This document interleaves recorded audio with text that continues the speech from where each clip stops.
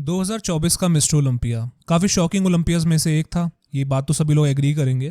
कुछ डिवीजन्स में title change हुआ तो कुछ डिवीजन्स में टाइटल रिटेन भी हुआ। स्कोर कार्ड्स हमारे सामने आ चुके हैं सारे डिवीजन के। तो इस वीडियो में बात करने वाला हूं मैं ओपन डिवीजन के बारे में, क्लासिक फिजिक और मेंस फिजिक के बारे में। इनके बारे में हम लोग स्कोर कार्ड्स का डिस्कशन करेंगे और साथ ही में मैं बात करने वाला हूं कि आखिरकार बॉडी बिल्डर्स ने आखिर कितना पैसा कमाया है। यूएस डॉलर्स को मैं इंडियन रुपीस के अंदर कन्वर्ट करके आपको मैं एग्जैक्ट और अप्रॉक्स फिगर्स बताने की कोशिश करूंगा और बताऊंगा दोस्तों कि कितना पैसा कमाया मिस्टर ओलंपिया के विनर्स ने और टॉप के कंपेटिटर्स ने। तो दोस्तों फिर जानते हैं और फिर बिना किसी देरी के इस वीडियो को शुरू करते हैं।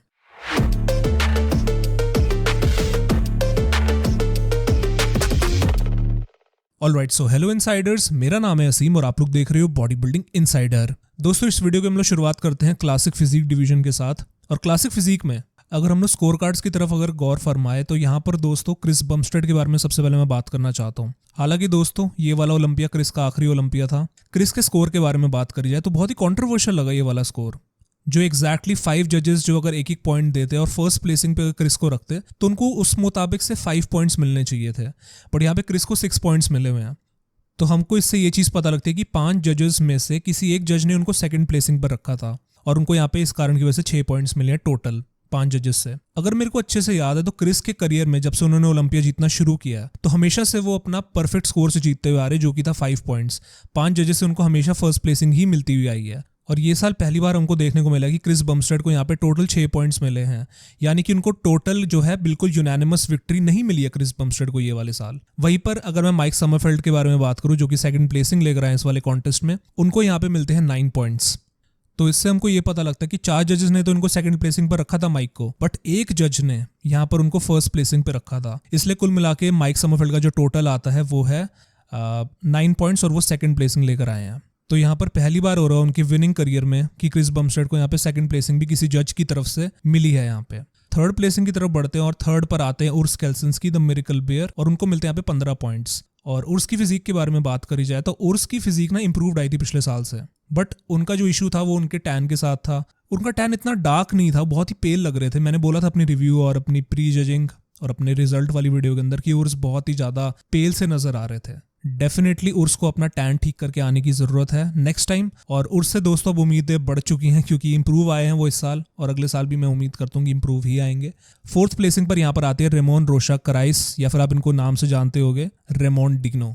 रेमोन दोस्तों इस साल कॉन्वर्सेशन में थे कि वो क्रिस को चैलेंज करेंगे, हर साल की तरह। पिछले 2 सालों से तो रेमोन डिग्नो चैलेंज करते हुए आ ही रहे थे क्रिस बमस्टेड को, मगर इस साल कुछ अलग ही हो गया। प्री जजिंग के दौरान अगर मैं रेमोन की फिजिक की बात करूं तो यहाँ पे वो ऑफ आए थे। इवन यहाँ तक भी कहूंगा कि उनका अगर आपने प्री जजिंग देखी थी तो उनका टैन भी जो था वो निकलना शुरू हो गया था, पसीना आना शुरू हो गया था। और उनको पसीना इसलिए भी आ रहा होगा क्योंकि वो हो सकता है कि रेमोन स्ट्रेस में आ गए होंगे, और स्ट्रेस में वो इसलिए आए होंगे क्योंकि उनको पता चल गया था कि जजेस उनको क्रिस के साथ नहीं कंपेयर कर रहे हैं और उनके साथ नहीं खड़ा करवा रहे। तो उनको कहीं ना कहीं सेकंड कॉल आउट में आने के बाद स्ट्रेस आना शुरू हो गया और वहाँ पे उनकी फिजिक डिटेरियोरेट होती गई प्री जजिंग के दौरान।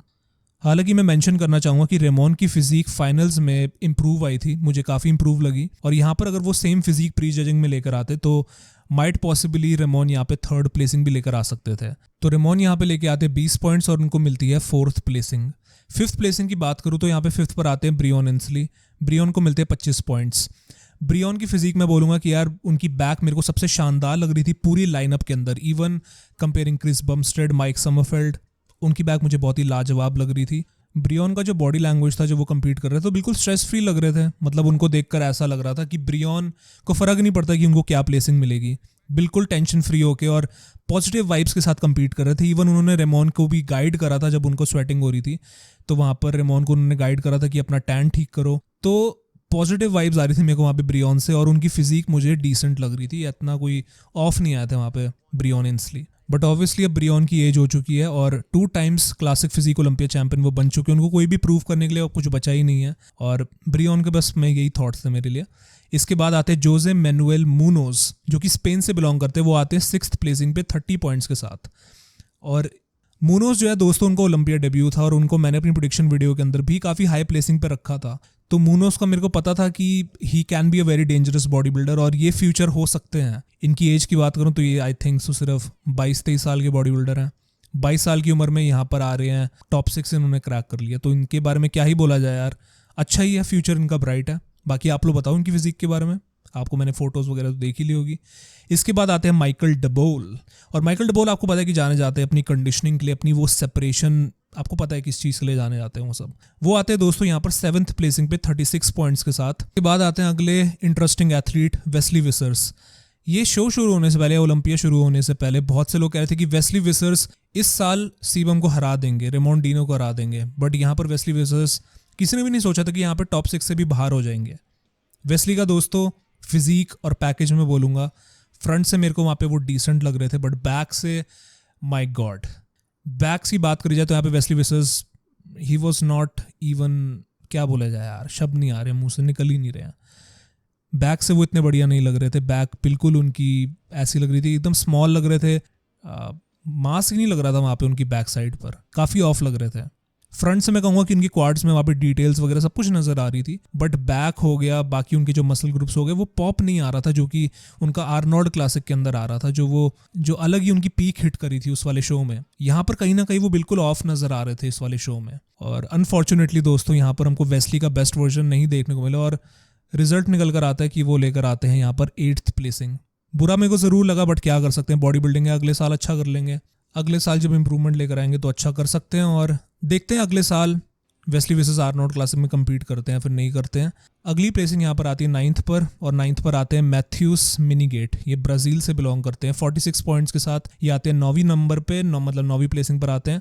10th प्लेसिंग की बात करी जाए तो यहाँ पर आते हैं मैथ्यू ग्रेगो दोस्तों यहाँ पर 10th प्लेसिंग लेकर आते हैं 50 पॉइंट्स के साथ। प्राइज मनी की बात करी जाए इस डिवीजन में तो 5th प्लेसिंग तक ही जो है बॉडी बिल्डर्स को पैसा मिलता है, और 5th पर यहाँ पर आते हैं ब्रियन एंसली, उन्होंने कमाए हैं 2,50,000 रुपए के आसपास। 4th प्लेसिंग पर आते हैं रेमोंड डीनो, जिन्होंने कमाए हैं 4,20,000 के आसपास। ये सारा कुछ अप्रॉक्सीमेट फिगर्स मैं आपको बता रहा हूँ, क्योंकि देखो डॉलर से इंडियन रुपीज़ में जब हम कन्वर्ट करते हैं तो जो रेट होता है वो हर सेकंड जो है चेंज होता रहता है, तो यहाँ पर मैं आपको अप्रॉक्सीमेटली फिगर्स बता रहा हूँ, यहाँ पे ज़्यादा डिफरेंस नहीं होता, बट उसी के आसपास आप लगा सकते। 3rd प्लेसिंग पर यहाँ पर आते हैं उर्स कैलिसिंस्की, जिनको मिलते हैं 8,40,000 रुपए। उसके बाद आते हैं माइक समरफेल्ड 2nd प्लेसिंग पे, जिन्होंने कमाए हैं 21,02,000 रुपए, मतलब 21 लाख ही कमाए हैं। और फर्स्ट पर आते हैं क्रिस बमस्टेड, जिन्होंने कमाए हैं 50,45,000 रुपए। तो ये रहा दोस्तों हमारा क्लासिक फिजिक का प्राइस मनी, और मैं जानता हूँ कि काफ़ी लो है, बहुत ही कम पैसा मिलता है इस डिवीजन को, कंसिडरिंग द फैक्ट कि क्लासिक फिजिक में आप बहुत सारे फैंस अब जुड़ चुके हैं, और बहुत से बॉडी बिल्डिंग फैंस ने दोबारा से देखना शुरू करा Olympia because of the classic physique, जो प्रोपोर्शंस और ये लोग शेप लेकर आते हैं। बाकी दोस्तों अगर मैं अगली डिवीजन की बात करूँ तो यहाँ पर पैसा मिलता है, बिल्कुल मिलता है यहाँ पे बॉडी बिल्डर्स को, और यहाँ पर तो इस साल ज़्यादा ही प्राइज मनी मिला है। तो यहाँ पर दोस्तों सबसे पहले हम लोग बात कर लेते हैं स्कोर कार्ड्स के बारे में कि ओपन में क्या हमारा स्कोर कार्ड रहा, फिर हम लोग बात करते हैं कि कितना प्राइज मनी मिला यहाँ पे बॉडी बिल्डर्स को। स्कोर कार्ड्स की बात करते हैं तो यहाँ पर सबसे पहली प्लेसिंग जो होती है सैमसन दौदा को मिलती है। सैमसन दौदा यहाँ पे 8 पॉइंट्स लेकर आते हैं प्री जजिंग में और 6 पॉइंट्स लेकर आते हैं फाइनल्स में, और कुल मिलाकर उनका टोटल बनता है 14, और उनको मिलती है फर्स्ट प्लेसिंग। हादी चुपान वहीं पर प्री जजिंग में लेकर आते हैं वही 8 पॉइंट जो कि सैमसन दौदा को मिलते हैं, और 9 पॉइंट्स लेकर आते हैं फाइनल्स में, और उनका टोटल बनता है 17 पॉइंट्स, तो इसलिए वो आते हैं 2nd प्लेसिंग पे। ऑब्वियसली जो एक कंट्रोवर्सी बनी हुई है कि दोनों को यहाँ पे प्री जजिंग के दौरान 8 पॉइंट्स कैसे मिल सकते हैं, ऐसा पॉसिबल नहीं है। तो ये जजेस को एक्सप्लेन करना पड़ेगा, या तो मिस प्रिंटिंग भी हो सकती है यहाँ पर, जो यहाँ पे स्कोर कार्ड्स हमारे सामने आए हैं। लेकिन जजेस के हिसाब से प्री जजिंग से फाइनल्स तक सैमसन ने इंप्रूव किया, तो वहीं पर हादी ने उसका ऑपोजिट किया, तो इसलिए वो आते हैं 2nd पर, फर्स्ट पर आते हैं सैमसन। 3rd यहाँ पर मिलती है डेरिक लंसफोर्ड को, और यूनानिमसली उनको 3 पॉइंट्स दिए होंगे हर एक जज ने, तो वो 15 पॉइंट्स लेकर आते हैं, और टोटल उनका बनता है 30, 15-15, तो वो आते हैं तीसरी प्लेस पर। 4th पर आते हैं मार्टिन फ्रिट्स वाटर यहाँ पे 23 पॉइंट्स प्री जजिंग और 20 लेकर आते हैं फाइनल्स में, उनका टोटल 43 बनता है, और 4th पर आते हैं वो। 5th प्लेसिंग यहाँ पर मिलती है एंड्रयू जैट को। एंड्रयू जैट 29 पॉइंट्स लेकर आते हैं प्री जजिंग में, 25 लेकर आते हैं फाइनल्स में, टोटल बैठता है 54, 5वीं प्लेस लेकर आते हैं। फिर आते हैं हंटर लब्राडा, और हंटर ने दोस्तों यहाँ पे 25 पॉइंट्स लेकर आए प्री जजिंग में, फाइनल्स में आए वो 30 पॉइंट्स लेकर। तो यहाँ पर दोस्तों हंटर ने मतलब फाइनल्स के अंदर मतलब वो वर्स आए फाइनल्स में, तभी उनका वो वहाँ पे स्कोर बढ़ा हुआ है, तो इस वजह से वो आते हैं यहाँ पे 55 पॉइंट्स टोटल लेके, और उनका जो है यहाँ पर वो 6th पर चले जाते हैं। वही अगर वो इम्प्रूव करके आते तो हो सकता है कि वो 5th से 4th पर भी आ सकते थे, अगर वो इम्प्रूव करके आते तो। उसके बाद आती है प्लेसिंग विलियम बोनैक की। विलियम बोनैक यहाँ पर आते हैं 7th प्लेसिंग पर, 41 लेकर आते हैं वो प्री जजिंग में, 35 फाइनल्स में, और यहाँ पर काफ़ी इंप्रूव करके दिखाया है विलियम बोनैक ने प्री जजिंग से फाइनल्स में, ये तो देखा जा सकता है। राफेल ब्रेंडाओ की बात करी जाए तो 35 पॉइंट्स वो लेकर आते हैं प्री जजिंग में, यानी कि अगर प्री जजिंग की बात करी जाए तो वो लगभग उनको हंटर लबराडा के बाद रखा गया था, लेकिन वो विलियम बोनाक से नीचे चले गए क्योंकि वो फाइनल्स में लेकर आते हैं 46 पॉइंट्स, तो उनका टोटल बैठता है ऑब्वियसली विलियम से ज़्यादा, तो इसलिए वो 8वीं प्लेस पर चले आते हैं। फिर आते हैं ब्रैंडन करी दोस्तों यहाँ पे 45 लेकर आते हैं प्री जजिंग में, 48 लेकर आते हैं फाइनल्स में, और ब्रैंडन करी अनफॉर्चुनेटली यहाँ पे 9वीं प्लेस पर चले आते हैं और उनका पिछले साल से इस साल काफ़ी परफॉर्मेंस नीचे गिरा है ब्रैंडन करी का। राफेल ब्रांडो हालांकि सिर्फ एक ही प्लेसिंग की जंप लेकर गए हैं, 2022 में उन्होंने कम्पीट करा था लास्ट टाइम, जहाँ पे वो 9वीं प्लेस लेकर आए थे, यहाँ पर 8वीं प्लेस लेकर आए हैं, तो सिर्फ एक ही प्लेसिंग का उनको जंप देखने को मिलता है। और नेक्स्ट प्लेसिंग की बात करी जाए 10th प्लेसिंग की, जो कि आती है अकीम विलियम्स की, 60 लेकर आते हैं प्री जजिंग में, 40 लेकर आते हैं फाइनल्स में, तो काफ़ी इंप्रूवमेंट देखने को मिला यहाँ पे अकीम की फिजिक में, दोनों में जजिंग और फाइनल्स के दौरान। तो उनका टोटल बैठता है 100 और वो आते हैं 10th प्लेसिंग पे। तो ये था दोस्तों टॉप 10 यहाँ पे ओपन बॉडी बिल्डिंग का जो हमारे स्कोर कार्ड्स वगैरह रहे हैं। अगर मैं उसके नीचे बात करूँ तो जॉन जूविट, जोनाथन डेलारोसा 12th प्लेसिंग पे, उसके बाद ब्रूनो सैंटोस, मोहम्मद फौदा और थियो लेगवेरियर। तो ये दोस्तों रहता है जो हमारी बाकी की प्लेसिंग्स रहती हैं। यहाँ पे अगर प्राइज़ मनी की बात करी जाए तो जो कि मतलब मेन मसाला है इस वाली डिवीजन का, क्योंकि इस डिवीजन में सबसे ज़्यादा पैसा मिला है बॉडी बिल्डर्स को। 5th प्लेसिंग की बात करी जाए बिकॉज 5th का ही हमारे पास डेट है और I think so 5th placing तक ही प्राइज़ मनी मिलता होगा यहाँ पे। तो यहाँ पे 5th पर आते हैं एंड्रू जैट, उन्होंने कमाए हैं 29 लाख 29 लाख रुपये। और मार्टिन फ्रिट्स वाटर की बात करी जाए तो यहाँ पे वो कमाते हैं 33 lakh rupees. Derek Lunsford 84 lakh rupees कमाते हैं। हादी जुपान 2 करोड़ 10 लाख रुपए कमाते हैं और सैमसन दौदा 5 करोड़ 4 लाख रुपए ऐसे ही कुछ कमाते हैं। तो मतलब काफ़ी इस बारी पैसा मिला है ओपन बॉडी बिल्डिंग में। जो 2015 से $4 लाख मिलता हुआ आ रहा था वो अब जाके लगभग आप लगा लो कि 9 साल के बाद अपग्रेड करा गया प्राइज मनी और अब जाके $4 लाख से $6 लाख करा गया। और मुझे लगता है कि आर्नोल्ड क्लासिक एक बहुत ही बड़ा रीज़न है जिस वजह से ओलंपिया ने अपना प्राइज मनी बढ़ाया है। और ये अच्छी बात भी है कि लोग कंपेटिटिव हो रहे हैं और फ़ायदा देखो बॉडी बिल्डर्स को ही मिल रहा है। हालांकि ओपन बॉडी बिल्डिंग में पैसा मिल रहा है बट सिर्फ एलीट लोगों को मिल रहा है, ये नहीं है कि भाई मतलब जो नीचे आ रहे बॉडी बिल्डर्स उनको पैसा मिल रहा है। तो बहुत ही नीश स्पोर्ट है ये और पैसा बहुत ही लिमिटेड यहाँ पर मिलता है बॉडी बिल्डर्स को, बट इस बारी मिला ज़रूर है, ये तो कहना पड़ेगा। इसके बाद दोस्तों हम बात करते हैं मेंस फिजिक डिवीजन के बारे में। और मेंस फिजिक की बात करी जाए तो यहाँ पे स्कोर कार्ड्स देख लेते हैं।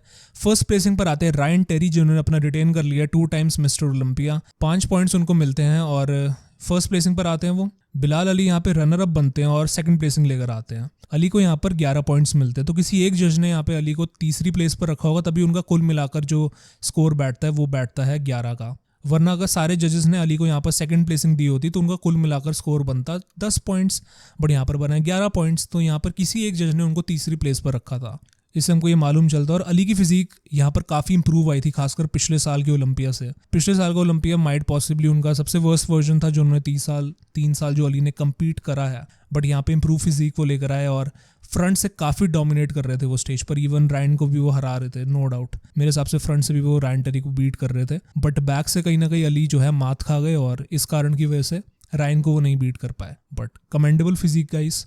इसके बाद बात करी जाए तो आती है प्लेसिंग इमैनुअल हंटर की, जिनको मिलते हैं 19 पॉइंट्स, 4th प्लेसिंग लेकर आते हैं वो। फिर आते हैं एडविन पाल्मेरा 26 पॉइंट्स के साथ 5वीं प्लेस पर ये आते हैं। फिर कोरी मॉरिस जो कि 29 पॉइंट्स के साथ 6th प्लेसिंग लेकर आते हैं। विटर शैव्स जो कि 35 पॉइंट्स के साथ 7th प्लेसिंग लेकर आते हैं। और कार्लोस असिडियू ओक्रान ये लेकर आते हैं 40 पॉइंट्स, 8वीं प्लेस लेकर आते हैं। और बेनकुल मार्जनी 47 पॉइंट्स के साथ 9वीं प्लेस लेकर आते हैं। और काइक सैंटोस ये लेकर आते हैं 48 पॉइंट्स और 10th प्लेसिंग इनको मिलती है। और यहाँ पे मेंस फिजिक डिवीजन का हालांकि प्राइज मनी तो अवेलेबल नहीं है और कोई इन्फॉर्मेशन अवेलेबल नहीं इंटरनेट पे कि कितना पैसा मिला है यहाँ पे एथलीट्स को। बट यहाँ पर दोस्तों हमारे एक इंडियन एथलीट कम्पीट करते हैं जिनका नाम है उमेर बहामिद। और उमेर की फिजिक की बात करूँ तो यहाँ पे उमेर मेरे को डिसेंट लग रहे थे फ्रंट साइड से, खासकर बैक मुझे काफ़ी बढ़िया लगी थी उमेर की, बट फ्रंट से बात करी जाए तो वहाँ पे वो कहीं ना कहीं मुझे ऐसा लगा कि वो और डिटेल्स लेकर आ सकते थे। But nonetheless a great effort, first time वो ओलंपिया स्टेज पर कम्पीट कर रहे थे और यहाँ पर वो लेकर आते हैं 6th call out. Total 7 call outs होती है तो यहाँ पर उमेर आते हैं 6th यानी कि सेकंड लास्ट कॉल आउट में। तो ये उनका कुछ रिजल्ट रहता है और वो 16th प्लेस मिलती है उनको। ऑब्वियसली सिर्फ 15 प्लेसिंग तक ही एथलीट्स को मिलती है, उसके बाद जितनी भी प्लेसिंग आती है सभी को एक ही प्लेस दे दी जाती है जो कि है 16th की। तो उमेर वही प्लेस लेकर आते हैं। इसके बाद यहाँ पे मैं बात करना चाहता हूँ व्हीलचेयर डिवीजन की। और व्हीलचेयर डिवीजन में हमारे इंडियन एथलीट राजेश जॉन ने कम्पीट करा था जिन्होंने कि आर्नोल्ड क्लासिक भी जीता था इस बारी का। तो यहाँ पर दोस्तों राजेश जॉन जो है यहाँ पे 30 पॉइंट्स के साथ जो है 6th प्लेसिंग लेकर आते हैं। सल्यूट करना चाहूँगा यहाँ पे कि 12 एथलीट्स में से राजेश 6th प्लेसिंग लेकर आते हैं यानी कि टॉप 6 में आ जाते हैं। तो आप लोगों ने कॉन्ग्रेचुलेट करो अगर आप लोगों ने नहीं करा है तो। सो एक ही इंडियन एथलीट दोस्तों यहाँ पे व्हीलचेयर डिवीजन में थे और एक थे मेंस फिजिक में। तो कुल मिलाकर ये हमारा कुछ रिजल्ट रहा इंडियन एथलीट्स का। और दोस्तों ये वाली वीडियो के अंदर मैंने सिर्फ स्कोर कार्ड्स और आपको मैंने प्राइज मनी बताना था। आपको बाकी रिजल्ट कैसा लगा, आप लोग सेटिस्फाइड हो या फिर नहीं हो, आप लोग मुझे बताना ज़रूर। और next video most probably reactions के ऊपर आएगी, जो भी बॉडी बिल्डर्स का रिएक्शन था आफ्टर विनिंग दी ओलंपिया, जो कि सैमसन दौदा है, और जो लोग हार गए थे डेरिक लंसफोर्ड, हादी चुपान का क्या रिएक्शन रहा। जितने ही बॉडी बिल्डर्स ने अपना रिएक्शन दिया है मोस्ट प्रॉब्ली उसी की वीडियो हमारी अगली आएगी। बाकी आने वाले टाइम में हमारी अपडेट वीडियोस भी अब आती रहेंगी, तो आप लोग स्टे ट्यून्ड रहिए और बने रहिए चैनल पे। और मैं आप सभी लोगों को मिलता हूँ अगली वीडियो के साथ। तब तक के लिए अपना ख्याल रखिए। Till then take care and bye bye.